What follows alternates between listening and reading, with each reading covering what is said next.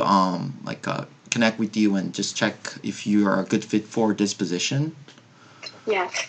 So yeah. So do you go by Ben or Amy or Emaine? Like, what's your kind of legal name? Or what do you go by? Emmy. You can call me Emmy. Emmy. Okay. Yes. EMY, right? Yeah, of course. All right, sweet. So do you mind briefly telling me about yourself? Okay, so first of all, I'm 28 years old, and I've been working as an English teacher for 4 years. I have 4 years experience. I taught English when I was in Morocco for 1 year in English, like American English Institute, and also I taught English in AIE in Quanyan City, and also I taught in Avalon for 1 year in Suncheon City, and also in Chonchol Hagwon now. So yeah, this is my experience. So I all teach like middle school, high school, elementary. I taught TOEIC, TOEFL Junior, all that classes. So listening, speaking, and reading sometimes. Interesting. So yeah, let me just hold you for a second. So basically, you're like originally from Morocco, and if I'm not mistaken, my mother is American and my dad is Moroccan. Okay. So does it mean your native language is Arabic or? Well, I cannot say that because I'm not really good at Arabic. Because my first language is English, of course, because my mom is American. So. Oh, sorry. I'm sorry. I can speak a little French. Yeah. Not Arabic. So your dad is Moroccan, but your mom is American. Yeah, my mom is an English teacher in Morocco. That's why she made my dad there. Oh, okay. So you're like mixed. Oh, I don't know how to say. You're like, what is it called? Like, sorry, my English kind of. No, it's fine. I get you. Yeah, I'm a mixed. So you're half American, half Moroccan. Is that correct? Yeah, exactly. Oh, cool. Okay. So yeah, because when I take a look at your language stack, it seems that you're fluent in English, French, and Arabic. Well, I just put Arabic because like it will be a shame if I'm from Morocco but I don't speak that Arabic that well, so that's why. But my Arabic compared to French, like it's nothing. Because I study in the state, Florida, Miami, for my elementary school and middle school. But high and colleges was in Morocco because definitely Morocco is better than America for educational stuff. Interesting. So when you grew up in America, your like primary language was English versus when you moved to Morocco. Of course, but I was born in Morocco. Oh, so you're kind of like moving back and forth and have some multinational diversity experience. Yeah, exactly. How was your experience in Miami? What's the city like? I do have a couple of friends and students who want to go there as a university, right? Like. Well, I never taught English in Miami. Never. I never taught English in America. I taught English in Morocco, Spain, and Korea. Okay, but I mean, as a city, like, is Miami a good city to study English for university or high school or middle school student? Is it very educational? What is it like as just a city like, you know? Well, I don't think it's a good city to study English because basically it's really a touristic city. So we have the beach and we are so close to Cuba, so a lot of people are speaking Spanish rather than English. Interesting. And is that the climate similar to like sort of Korea? Or hot, humid? Not really. It's really humid and it's always summer. It's always summer. It never rains there. Interesting. Cool. You never been there? No, I've stayed in America for 5 years. I studied in South Carolina. I worked in Texas. Yeah, okay. In Texas, it rains a lot. Yeah, I've never been. It rains a lot. I've never been to Florida in person, so that's why I was asking you. We do have a couple of students who are actually preparing to study abroad. Not in Florida. Maybe not Miami, because Miami, I don't think it's a good place to study. But it's a good place to just like have fun and enjoy the weather and the beach. Yeah, because that's my general impression or the prejudice or stereotype over Florida. It seems it's very like touristy or watery state. Yeah, it is. Okay, cool. So yeah, going back to could you tell me how your friend or family describe you as a person? Well, I have a strong personality. I'm a little bit stubborn person. Yeah. So yeah, describe me as this one. Like I have really strong personality. I always like. Strong mean in a sense. Yeah. Could you elaborate more? Like could you tell me some keywords of your personality? Like. Well, I'm really like innocent person. I'm really like always don't lie. Always don't tell the truth. Like straight ahead. I'm not Interesting. afraid of no one. Yeah. Cool, cool. What about your like students and the relationship with your coworkers? Like based on your previous experience, like how would they usually like describe you as a teacher? Well, they said I'm a good teacher, so they cannot say bad stuff to me, Yeah. because of the Okay. Korean culture, they cannot say that. But for me, it was really nice work with them. I never had a problem with them, especially with the Koreans. And I can speak a lot of Korean, so that means the conversation with them was really easy. Cool, cool, cool. Um, so based on your experience of teaching in Korea, like, could you tell me one sort of incredible versus awful teaching experience, and how did you like deal with that and that kind of scenarios? Well, the awful was Abalone because basically it's really famous school, and I was working from 1 to 10. I didn't have Okay. even 5 minutes break. I was like working constantly without sitting down. It was really hard, but it was really a good experience because I did all kinds of students, like the rude one, the nice one, the smart one, and the stupid one, everything. That was Okay. really a life challenging. And my best one is in Tonto because it's the best school.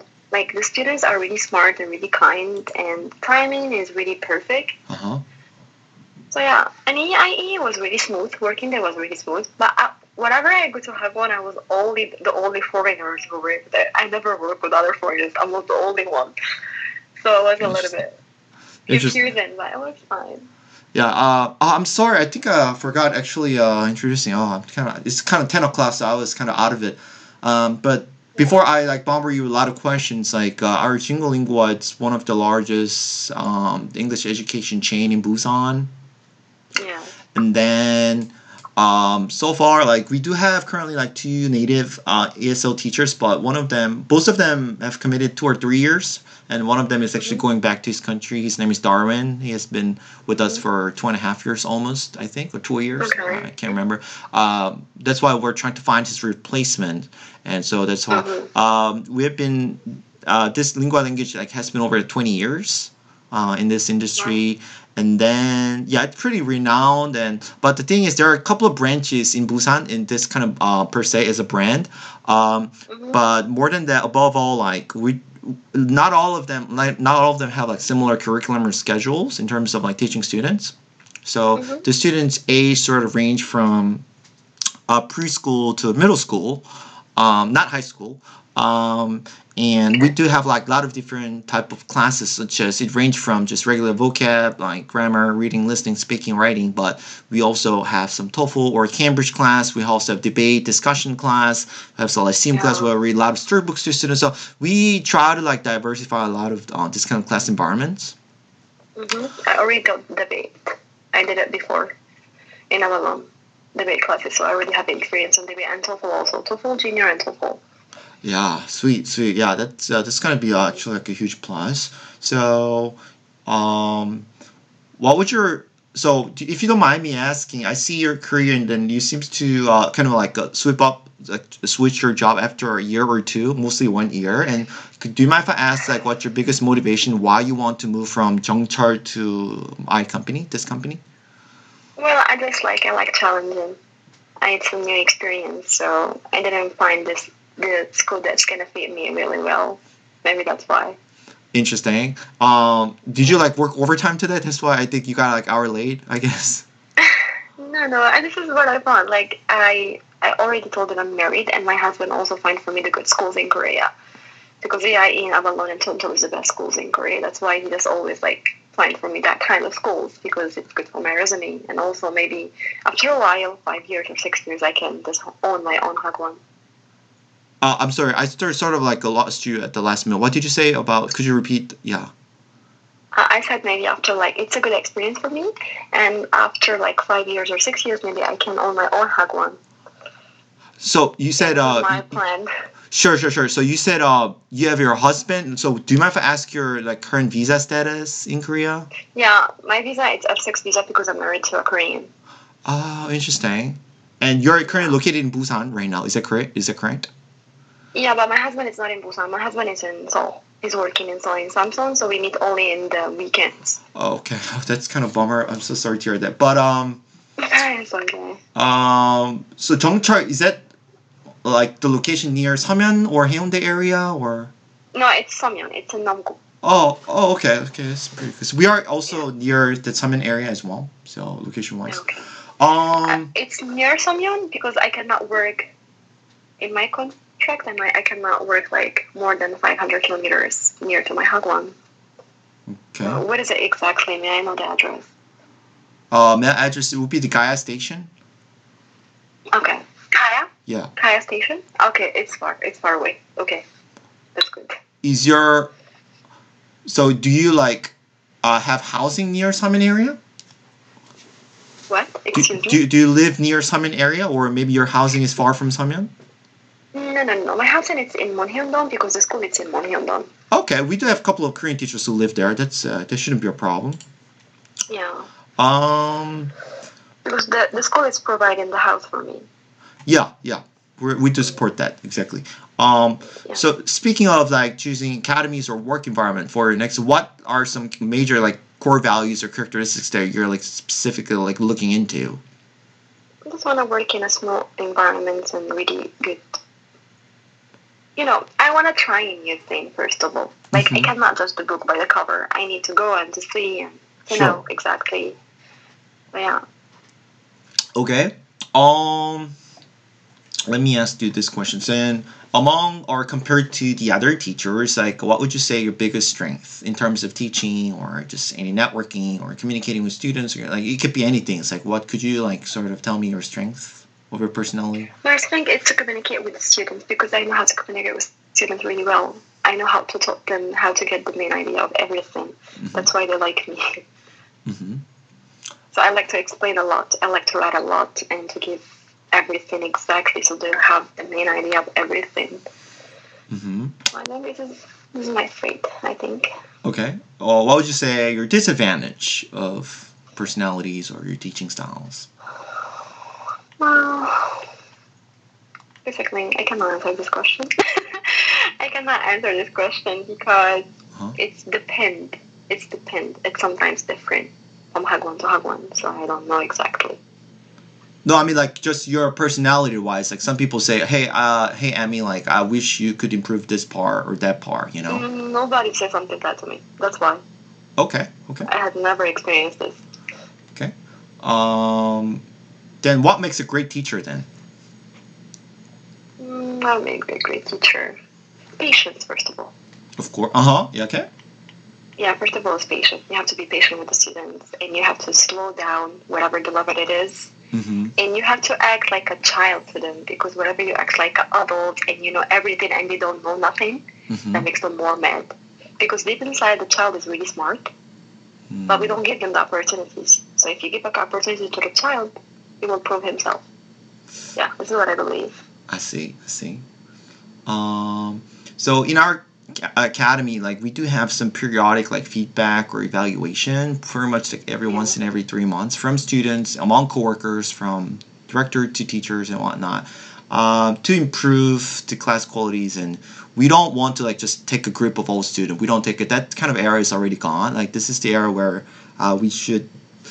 I wouldn't say be humble, but definitely like that kind of being modest mindset is pretty important to like stay tuned with a lot of good students and good relations. We don't just like because this is just my impression. Like based on your career, it seems that you've worked with pretty big, large language chain where they like with some really hardcore schedules and Spartan kind of education pedagogies. Like you just like lash them out or just like so we don't like. That push them student hard. It's like a little bit different environment. So I see a lot of your energy, enthusiastic, which is good. But what I want to ask you is like, how do you respond to peer or supervisor feedback? Well, I never had this before. Yeah, but I never had this before, so I don't know how to deal with it. Yeah, but definitely I will respond with respect, of course, because I need to hear what I'm bad at, so maybe I can prove it. Right. So the students these days, as you can tell, like they kind of see through everything, and they're pretty. As you can tell, like they're really smart. So they could compliment you, but not everyone could be perfect, right? So of course they sometimes like could honestly express like some things that they kind of wished you to have or wish to improve. In that manner, would you be like upset or angry, or would you like take their No, I don't think so. advice? I'm gonna be upset. No, it's gonna be a good thing for me because maybe I can change and I can be better. Who wants to not be better? I want to be better in everything. So this is a good thing for me because I never heard it before. Okay. So maybe they will be too much honest to me to change something that I've never seen in myself. Okay. Cool. So, for example, let me give some hypothetical scenario. For example, like if you have like some schedule conflict with your coworkers, for example, your coworker is gone for any vacation, or your co-teachers like needs to basically like are absent because you're just sick. Like, how would you usually like deal with the situation? I will definitely take the classes because they already have the reason. And we cannot just keep the students waiting for no reason. Definitely, I have to. It's something that I have to because I'm a teacher. Okay. What do you like to do for fun, for hobby? Drinking alcohol. Very Korean. I like that. And you like that? No, you're very upfront. You're actually one of the most honest, and I've never met this self-confident candidate, which I'm pretty like shocking in a good way. You're like full of your kind of aura, and feels like I'm like interviewing with the Beyonce or something. Oh my God, this is a compliment, or? Yeah, I mean like you're very American, because sometimes because you are actually Yeah, American. yeah, but what I'm saying is I do have so many friends, like seniors and juniors from America, from other countries, because it has been more than 20 years, and I've almost, I've been through a lot with not only about this academy, but other academies as a recruiter. But when they are recruiting with this Asian, especially the Korean academies, like they tend to put on a lot of show, which I think could be sometimes necessary because they're trying to like fit in or adjust themselves into the Korean culture, Yeah. They don't want to like look too aggressive. They don't want to look too edgy about everything. But for you, for me, it seems that you're just like representing who you are without any like. Exactly. At the beginning, I told you I'm so honest. I'm a really honest person. Sometimes people think it's rude, but for me, it's not rude because I'm just telling what I have. Like, this is me. Yeah. What I'm just gonna fake it. Yeah. So I feel like like this is like so refreshing, and it reminds me of when I was in America. So this is like pretty new to me. This is a compliment. Oh, really? Thank you. Yeah. Because I grew up with like two teachers. My mom is a teacher. My dad is a teacher. So they taught me everything, and they always told me, just be honest, just be you. Because if people will like you, they will like you the way that you are. Fair enough. Yeah. Fair enough. What's your favorite Korean food and why? Such a question. Well, I don't have one. I have a lot. I love all the Korean food, but I don't eat pork because I have an allergy. But I like samgyetang. I like galbipan. I like myeon. I like kimchi. I like all of them. Like, I can eat everything. Nice. Literally. Sweet. And I'm really good at soju. Soju is the best one. Okay. It's really funny. I like that. Lie. What are some your life priority values that you really put first? Like, what kind of values would you pursue, and what kind of motivates you to work hard, live hard? Okay, work hard and live hard and learn. Work and live hard. Learning. You're learning and challenging, right? As you mentioned. Yes, learn from everything and just attention to everything, to people. So whenever you are meeting with people, you're just learning new stuff from them. This is a good thing. Right, exactly. To make me feel better, right? Exactly. That's what you make better. So there are usually like 3 big major questions that like pretty much every interviewers ask you, right? The 3 whys. Okay? First is like why our company, second, and why you as this position, and why this position. So why us, why you, and why this position? Would you just like briefly like kind of organize or lay out? I mean, I don't expect any perfect answer. I just want to like see your thought process and I'm just gonna be totally honest with you, and I apologize for it. When I applied to your school, I just applied. I had no idea. I like your honesty. Yeah, sometimes that's what it is. If you're really I also did it when I'm trying to apply for other jobs. I had no idea. I just applied because I just like to apply to the best schools, and when I typed it in, your school was the best of it. So that's why I applied only for the best schools. Mm-hmm. And yeah, that's all. So I have like no idea. Gotcha. Yeah, I like your honesty.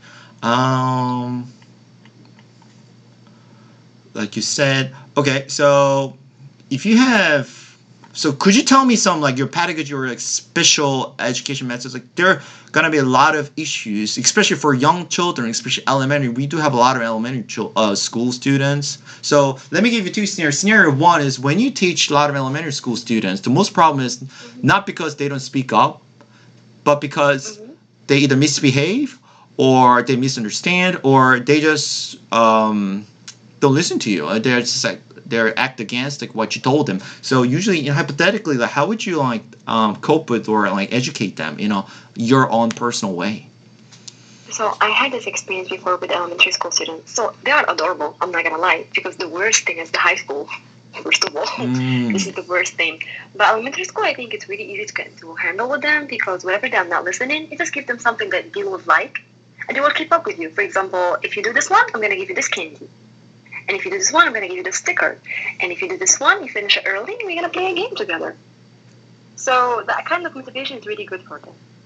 So even if you keep the classes really fun, and they're having fun, and they study at the same time, this is what matters. Because just keep studying and give them homework, they're already tired. And the Korean teacher gives them a lot of homework. Right. So we don't need to give them homework anymore. Just play with them, but play with them in English. Talk them in English every day. For example, in my school, I have a rule. It's a really important one. So whatever they speak Korean, I give them -1. If they catch -3, that means no chocolate for 1 week. So that's why they're always like, we're never going to speak Korean at all. Like, they don't speak Korean at all. Even they don't understand English, just do the body language. And it's really funny for them. They're like, sometimes they draw for me stuff. If I don't understand it, they draw it for me. Nice. So yeah, elementary school is really... I like it. It's really adorable. So I don't think I will have a problem with them. Right. So you're using both positive and negative reinforcements to get them in your loop, and then like try to get them kind of get motivated in terms of like, your learning and behaving. Because if they love you, if they like you, they will study. I'm pretty sure.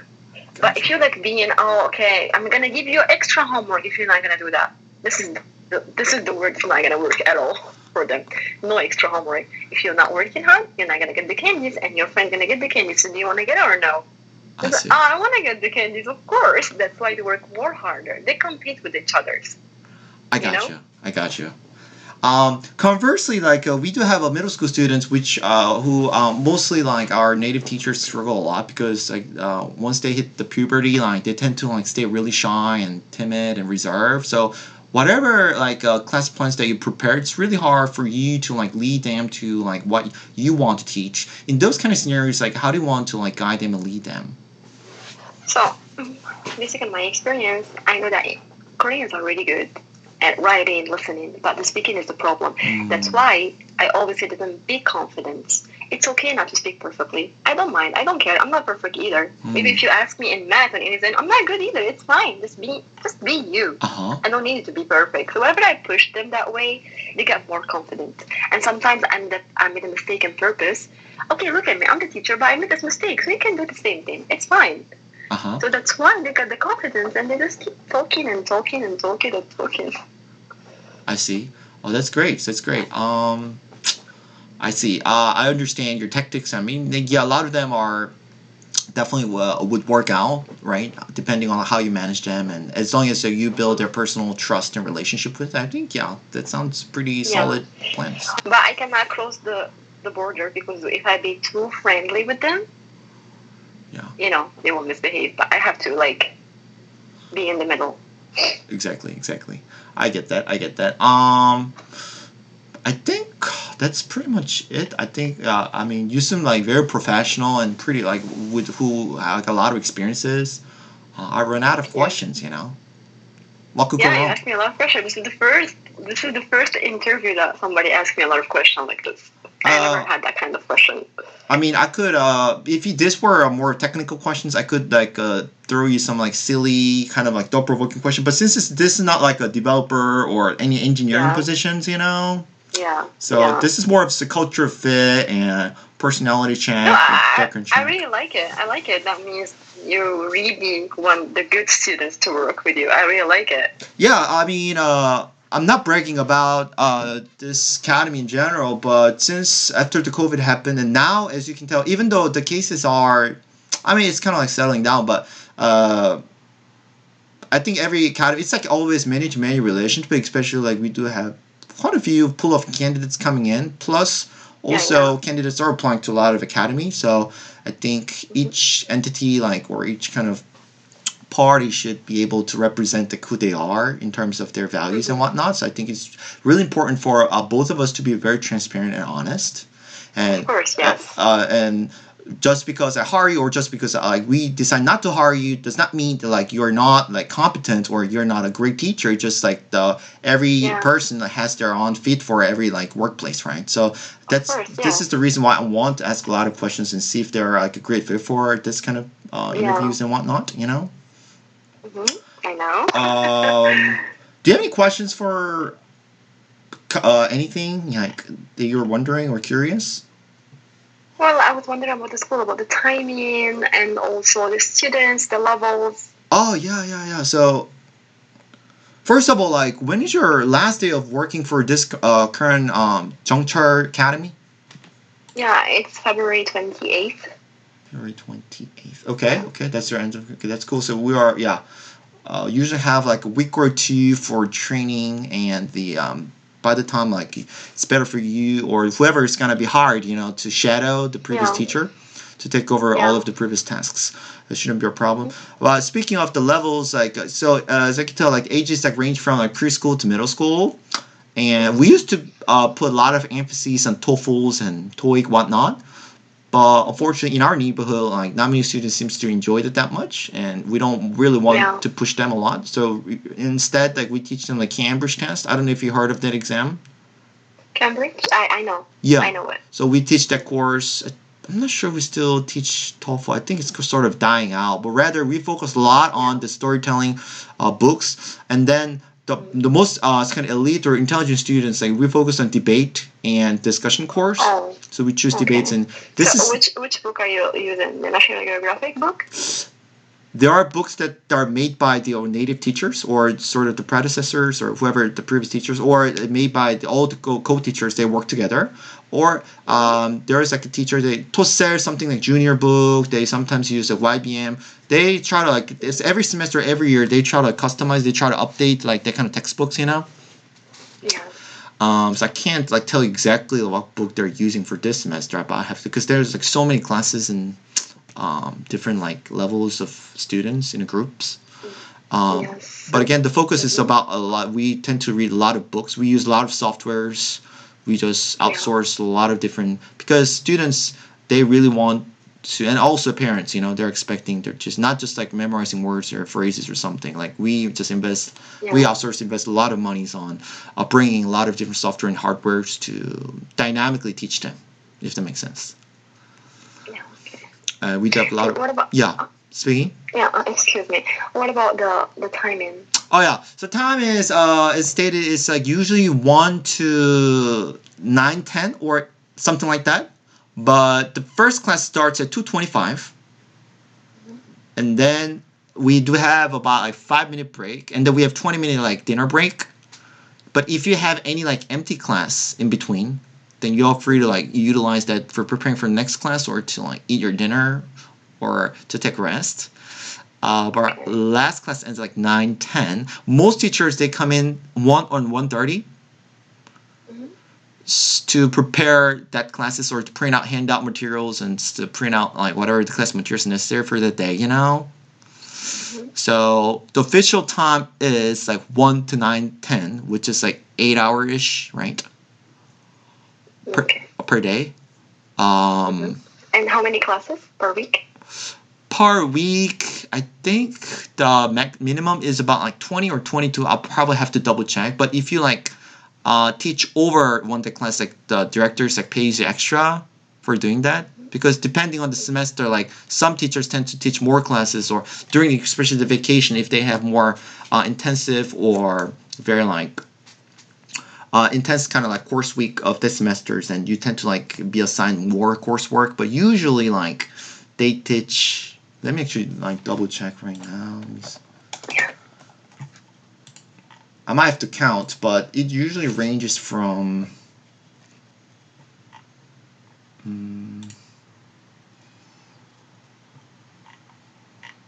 80 classes, yeah. Let me check the hourly schedule.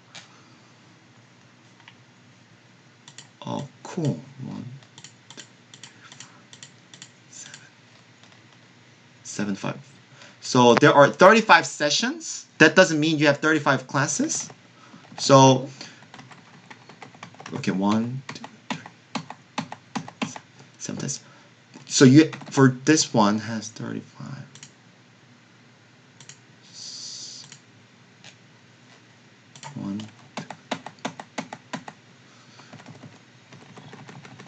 So yeah, these are 35 to 37-ish sessions, I think. Meaning that from 225 to 251, 2, 3, 4, 5, 6, 7, 8, 9. You have about 9 classes. If you have a full class, you have 9 classes. Each class is about 45 minutes. If you times that by 5, that's kind of 45 class. But nobody teaches 45 class, right?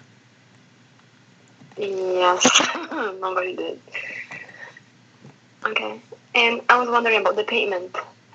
Yeah, that's sort of negotiable. They probably like need to talk to the Mr. Shen. I think the minimum is 2.2, but you could go up to 2.3, 2.4 depending on your experience. How you negotiate with them, I think. So the maximum is 2.4. Which is the maximum. That I'm probably like need to ask him in person about the salary right now, because in my school I get 2.6 right now. Right now you get 2.6. Okay, maybe yeah, that could be like something negotiable, like depending on experience and like expertise. Yeah. Yeah. And we do have like one way that support like 10 PTOs, right? Yeah. And then all the similar like the medical expense, insurance, whatever is covered like as like ESL teachers will be covered as well. Yeah, but I don't need this one because I already married, so I get all my own. So I don't need to. Yeah, then that's gonna be the equivalent of benefits of that. Yeah. So the good on me is that I have the visa, so you don't need to provide for me the visa. So yes. No paperwork at all. That's correct. So, like 2 years ago, we did have 2 people just like you who got married with Korean. Right now, one he's married with Korean, another one like she's from America directly. So it really varies depending on the scenario situations. Yeah. Okay. Anything else? More questions? No, I got everything. Thank you. Yeah, but I think so. I'll let you know the results by no later by end of next week. Okay. And then so Mr. Shin, once he decides, like he'll probably wants to call you in and see if, and then you could probably ask more details, and because he has like most of the decision sort of the authorities, like just salaries or benefits and whatnot. And there might be a high chance that like he'll probably ask you to demonstrate show your demo class. Yeah. Or there might be few students, maybe some teachers, not judge you, but to see if like whether you could be a great fit for them in terms of teaching and whatnot. And he'll also present a lot of materials like how we teach. So it's kind of way better for you to just step in and once you get called in, it's about you get like really like good sense of like how this academy works and whatnot. Okay. Yeah. Sounds good. Yeah, so that's pretty much it. Thank you very much for coming to today's interview, Emmy. My pleasure. And my pleasure. Nice to meet you, Kevin. Long day, and I'll let you know by the end of next week. Wish you all the best. Thank you so much. Mm-hmm. Thank you so much. Okay. All right, take care, bye-bye. Emmy. Bye bye. Yeah. Have a good night. Bye. Bye bye. You too.